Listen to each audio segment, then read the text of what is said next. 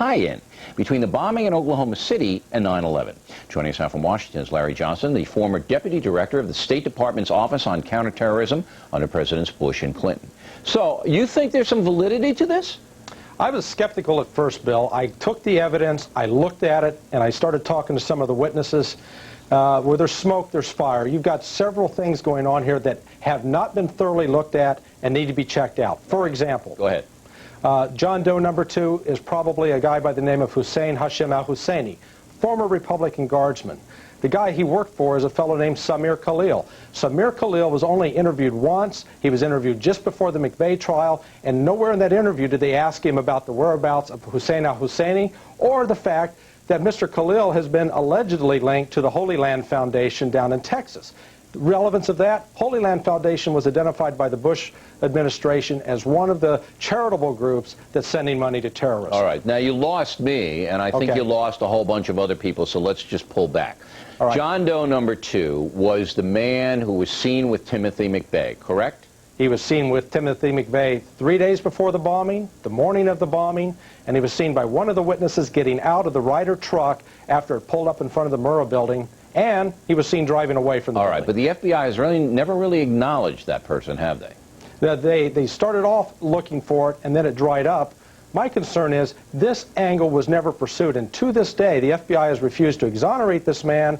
They've refused to go out and check out his alibis.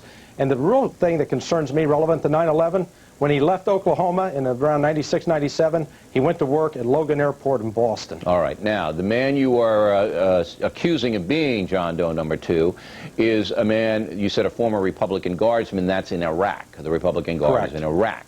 Now, after he left Oklahoma City, you say he went to Logan Airport in Boston? That's correct. And then what happened to this man? We don't know where he is now. How long was he in Boston?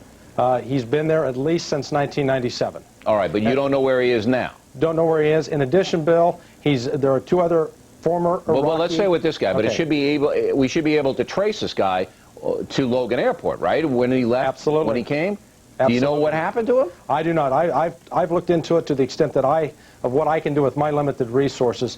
All right, well, we'll make some calls and try to find out when he left there. But he was gone when 9/11 happened, right? He was gone out of Oklahoma City when 9/11 happened. We don't know if he was gone from Logan Airport when 9/11 happened. Okay, now, the Philippine connection, is there anything to that? I think there may be. You've got some very odd things. Stephen Jones laid them out in his book.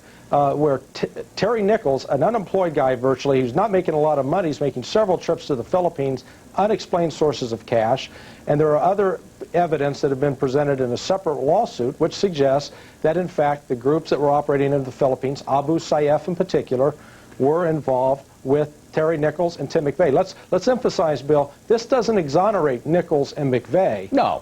It suggests. Right, it's just a bigger picture that this may have been the first attack, and 9/11 might have been the second attack on American soil by organized terrorist group. Now, is it an Al-Qaeda connection at all?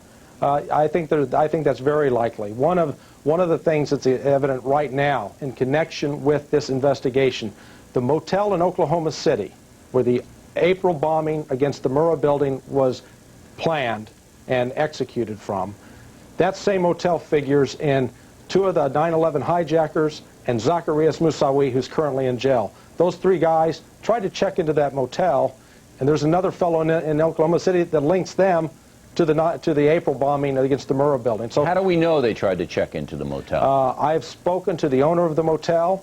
After the 9/11 attack, he called the FBI. FBI came out and interviewed him because he identified Mohamed-Atta, Marwan al-Shehi, and Zacarias Moussaoui. They came in, they said, we're looking for a room. He said, I don't have any room. What do you need it for? They said, we're going for flight training. And that was around the time of the Oklahoma City bombing? That was the last week of July 2001, first week of August 2001, in that time frame. All right. And just refresh my memory, that was before, after? That was before 9/11, so this is about a month before. Okay, but it was the same hotel they used to plan the claims. All right, Mr. Johnson, very compelling. We appreciate it.